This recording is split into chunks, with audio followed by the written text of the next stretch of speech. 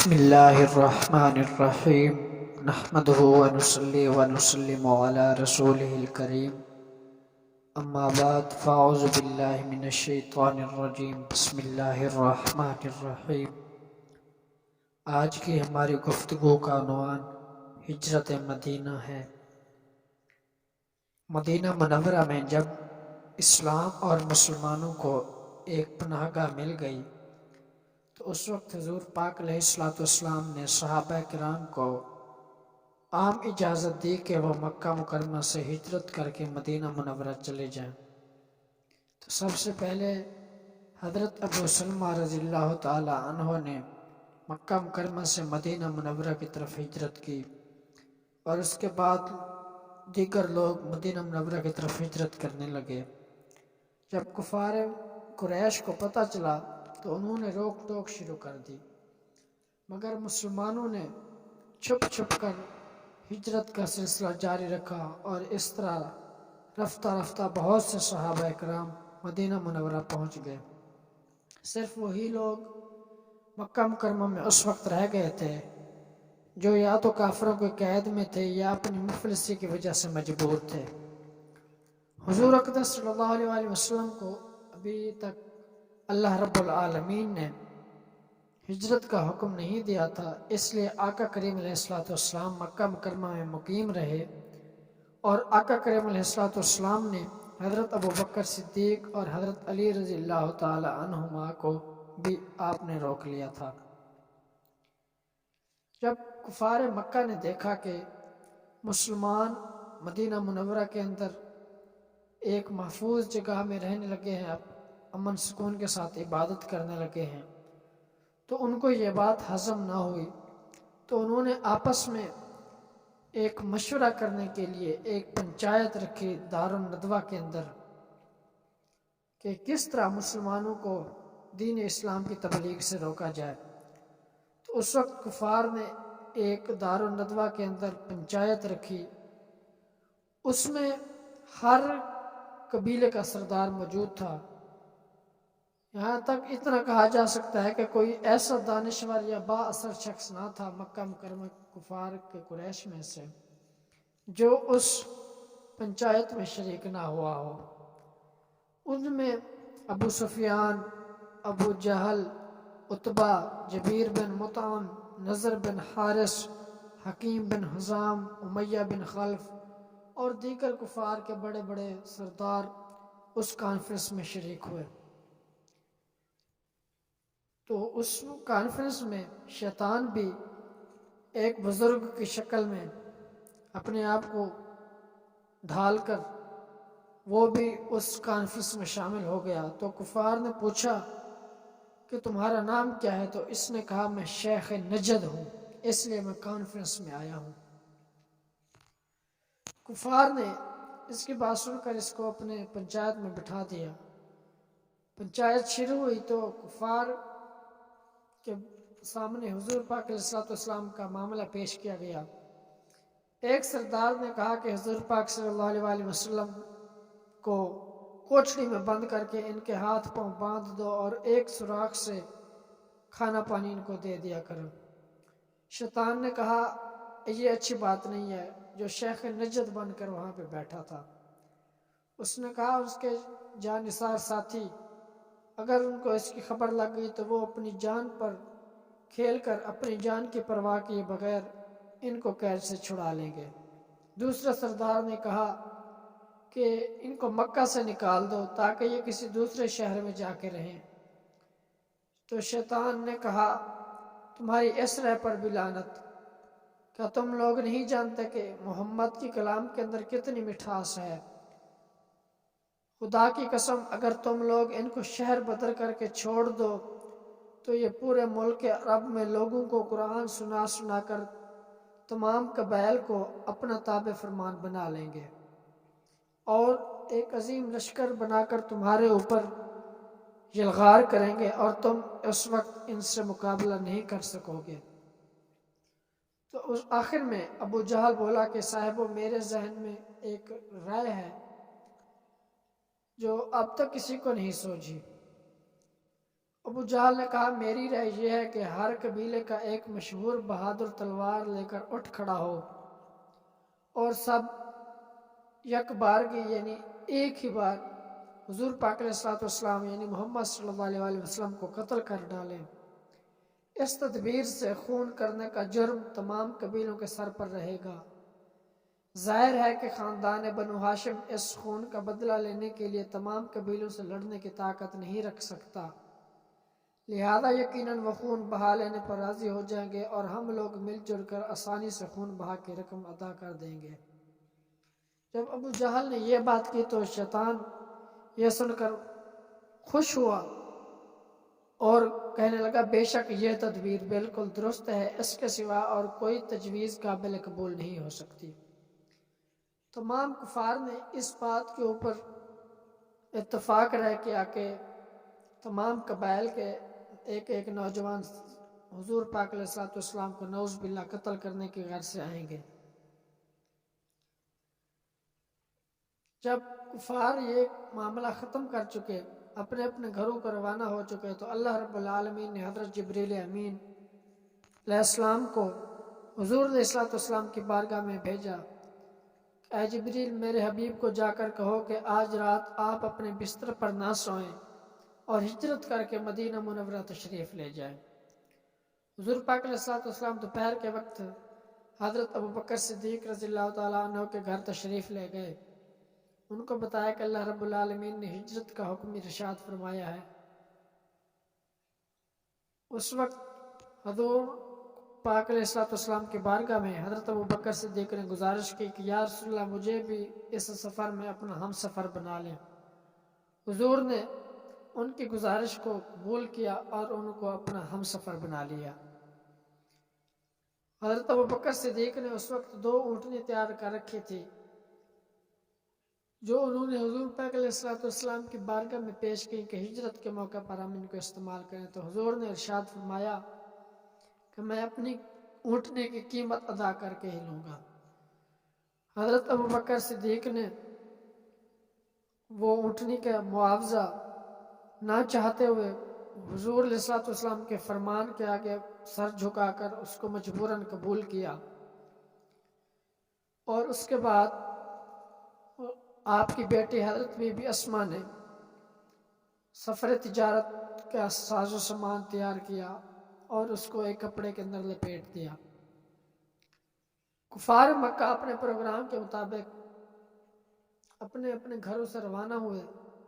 انہوں نے کاشان نبوت یعنی حضور پاک علیہ الصلوۃ والسلام کے گھر کا محاصرہ کر لیا اور انتظار کرنے لگے کہ حضور صلی اللہ علیہ وسلم سو جائیں تو ان پر ہم حملہ کر دیں گے۔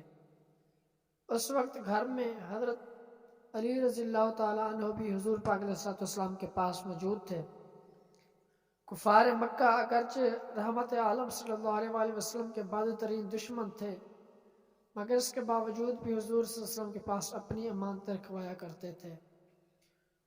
اس وقت ہجرت کے وقت بھی حضور پاک علیہ الصلوۃ والسلام کے پاس کفار مکہ کی امانتیں موجود تھیں، تو حضور علیہ الصلوۃ والسلام نے وہ امانتیں حضرت علی کو سپرد کی اور فرمایا کہ تم میری سبز رنگ کی چادر اوڑھ کر میرے بستر پر سو جاؤ، اور میرے چلے جانے کے بعد تم قریش کی امانتیں ان کے مالکوں کو سونپ کر مدینہ منورہ چلے آنا۔ یہ بڑا خوفناک اور بڑا سخت خطرے کا موقع تھا، کیونکہ حضرت علی بھی جانتے تھے کہ حضور پاک علیہ الصلوۃ والسلام کو قتل کرنے کی غرض سے قریش مکہ گھر کے باہر موجود ہیں، مگر اس بات نے ان کا یقین کامل کر دیا کہ حضور علیہ الصلوۃ والسلام نے ارشاد فرمایا کہ ساری امانتیں لوٹا کر مدینے چلے آنا۔ حضرت علی رضی اللہ تعالیٰ عنہ فرماتے ہیں کہ اس رات حالانکہ خوف کی رات تھی، لیکن وہ رات میرے لیے پھولوں کی سیج کی طرح بن گئی، اور میں آقا کریم علیہ الصلوۃ والسلام کے بستر پر صبح تک آرام کرتا رہا۔ حضور پاک علیہ الصلوۃ والسلام جب اپنے گھر سے نکلے، مقام حضورہ کے پاس کھڑے ہو کر حضور نے خانہ کعبہ کو دیکھا اور فرمایا اے شہر مکہ، تو مجھ کو تمام دنیا سے زیادہ پیارا ہے، اگر میری قوم مجھ کو تجھ سے نہ نکالتی تو میں تیرے سوا کسی اور جگہ پر رہائش نہ اختیار کرتا۔ حضور پاک علیہ الصلوۃ والسلام کی حضرت ابوبکر صدیق سے چونکہ پہلے بات طے ہو چکی تھی، اس لیے وہ راستے میں آ گئے اور حضور پاک علیہ الصلوۃ والسلام اور حضرت ابوبکر صدیق دونوں روانہ ہوئے۔ راستے میں جب جھاڑیاں نوکدار پتھر آئے غار کے اوپر جانے کے لیے، تو حضرت ابوبکر صدیق نے حضور پاک علیہ الصلوۃ والسلام کو اپنے کندھے پر بٹھا لیا اور غار کی طرف روانہ ہوئے۔ حضرت ابوبکر صدیق جب غار کے دہانے پر پہنچے تو حضور پاک علیہ الصلوۃ والسلام کے ارشاد فرمایا کہ حضور آپ باہر تشریف فرماؤ، میں اندر صفائی کر لوں۔ اندر جا کر آپ رضی اللہ تعالیٰ عنہ نے مکمل صفائی کی۔ صفائی کرنے کے بعد حضور علیہ الصلوۃ والسلام کی بارگاہ میں عرض کی، حضور اب اندر تشریف لے آئیے۔ حضور پاک علیہ الصلوۃ والسلام جب غار کے اندر تشریف لے گئے تو آقا کریم علیہ الصلوۃ والسلام نے حضرت ابوبکر صدیق رضی اللہ تعالیٰ عنہ کی گود مبارک میں اپنا سر رکھا اور سو گئے۔ حضرت ابوبکر صدیق نے غار کے اندر ایک سوراخ کے اوپر اپنا ایڑی رکھ دی تھی، تو اس سوراخ سے سانپ نے حضرت ابوبکر صدیق کو بار بار ڈسا۔ آپ نے پہلے صبر کیا، لیکن جب درد کی انتہا ہو گئی تو آپ نے حضور کو جگانا بھی نہ چاہا کہ رحمت عالم صلی اللہ علیہ وسلم کی نیند میں خلل نہ آ جائے، تو ان کے آنسو مبارک آپ کی آنکھوں سے نکلے، وہ حضور پاک علیہ الصلوۃ والسلام کے چہرے انور پر گرے، جس سے حضور پاک علیہ الصلوۃ والسلام بیدار ہوئے۔ آقا کریم علیہ الصلوۃ والسلام نے حضرت ابوبکر صدیق سے پوچھا، اے ابوبکر تجھے کس چیز نے رلایا؟ تو حضرت ابوبکر صدیق نے عرض کی، یا رسول اللہ سانپ نے ڈس لیا ہے۔ تو اس وقت حضور پاک علیہ الصلوۃ والسلام نے اپنی لعابدان حضرت ابوبکر صدیق رضی اللہ تعالیٰ عنہ کے زخم پر لگائیں، جس سے سارا درد ان کو ختم ہو گیا۔ حضور پاک علیہ الصلوۃ والسلام حضرت صدیق اکبر رضی اللہ تعالیٰ عنہ کے ساتھ 3 راتیں اس غار میں قیام پذیر رہے۔ حضرت ابوبکر صدیق کے بیٹے حضرت عبداللہ روزانہ رات کو غار کے منہ پر سوتے اور صبح سویرے مکہ چلے جاتے، قریش مکہ کی وہاں پر بات چیت سن کر، ان کی تدبیریں سن کر واپس شام کو آ کر حضور پاک علیہ الصلوۃ والسلام کو بتاتے۔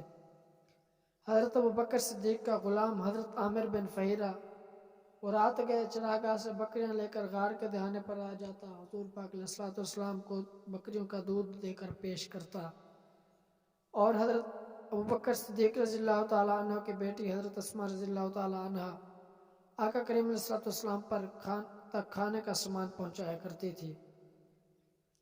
جب حضور پاک علیہ الصلوۃ والسلام غار ثور میں تشریف فرما تھے تو اسی دن صبح کو جب حضور پاک علیہ الصلوۃ والسلام رات کو غار ثور میں تشریف لے آئے، صبح کو قریش مکہ نے جب حضرت علی کی جا کر جگایا، کپڑا ہٹایا، تو حضرت علی رضی اللہ تعالیٰ عنہ سوئے ہوئے تھے۔ انہوں نے حضرت علی رضی اللہ تعالیٰ عنہ کو پکڑا، پوچھ گچھ کی کہ کہاں پہ گئے ہیں۔ اس کے بعد حضرت علی رضی اللہ تعالیٰ عنہ کو چھوڑ دیا اور مکہ مکرمہ کے اطراف لوگوں کو بھگا دیا کہ وہ حضور پاک علیہ الصلوۃ والسلام کو تلاش کر کے لے آئیں۔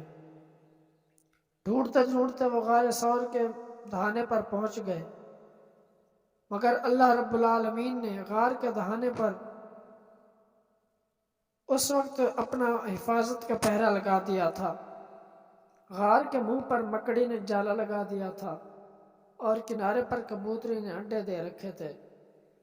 کفار یہ منظر دیکھ کر کہنے لگے کہ اس میں کوئی انسان نہیں، اگر انسان موجود ہوتا تو نہ مکڑی کا جالا تنتی نہ کبوتری یہاں انڈے دیتی۔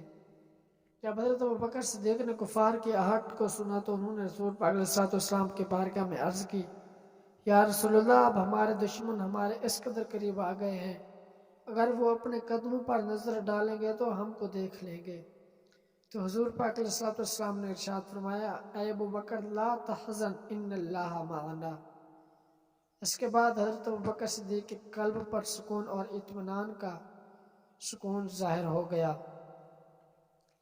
ادھر اہل مکہ نے اشتہار دے دیا کہ جو شخص محمد صلی اللہ علیہ وسلم کو گرفتار کر کے لائے گا اس کو 100 اونٹ ملے گا۔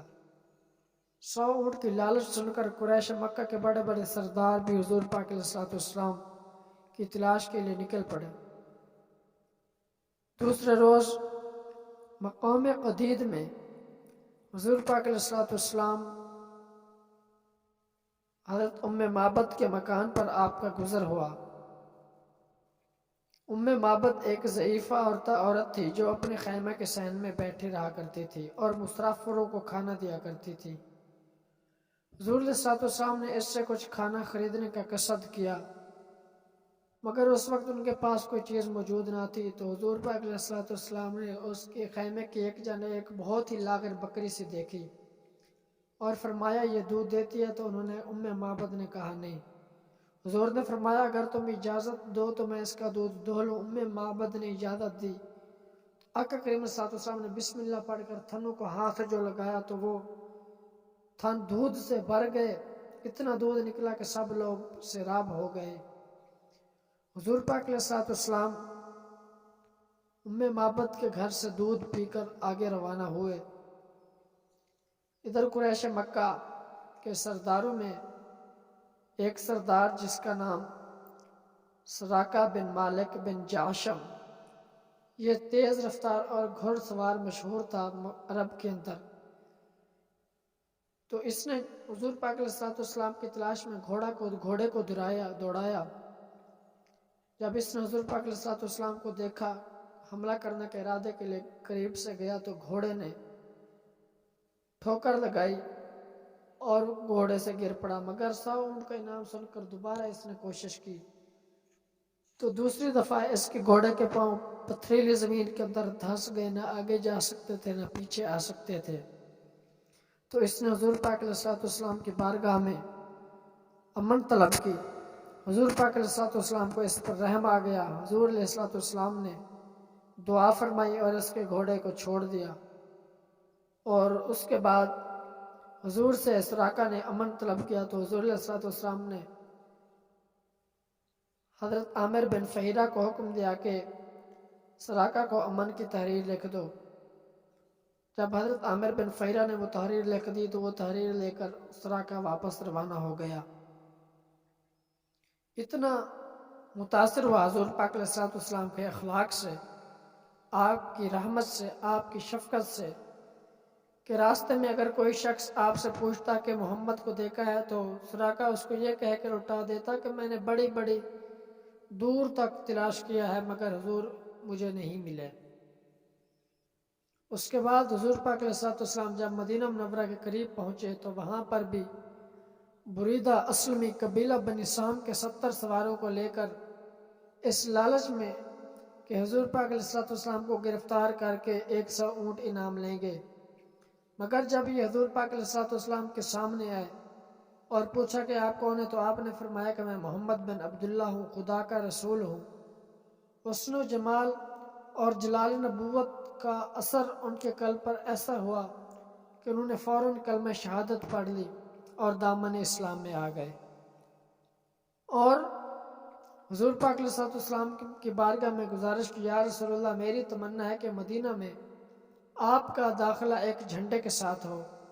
تو اس وقت حضرت بریدہ اسلمی رضی اللہ تعالی عنہ نے اپنی دستار مبارک کو اتارا اور اس کا جھنڈا بنایا اور حضور پاک علیہ السلام کو لے کر مدینہ منورہ کی طرف روانہ ہوئے۔ حضور پاک علیہ السلام کی آمد کی خبر چونکہ مدینہ میں پہلے سے پہنچ چکی تھی، عورتوں اور بچوں تک حضور کی تشریف آوری کے چرچے تھے، اس لیے اہل مدینہ آپ صلی اللہ علیہ وسلم کے دیدار کے لیے اپنے گھروں سے باہر نکل کر حضور پاک علیہ السلام کے استقبال کے لیے شہر کے شیروں میں کھڑے ہو جایا کرتے تھے۔ ایک دن اپنے معمول کے مطابق اہل مدینہ آپ کی راہ دیکھ کر واپس جا چکے تھے کہ ایک یہودی نے اپنے قلعے سے دیکھا کہ تاجدار دو عالم صلی اللہ علیہ وسلم کی سواری مدینہ کے قریب آن پہنچی ہے۔ اس نے بلند آواز سے پکارا کہ اے مدینے والو، تم جس کا انتظار کرتے تھے وہ کاروان رحمت آ گیا۔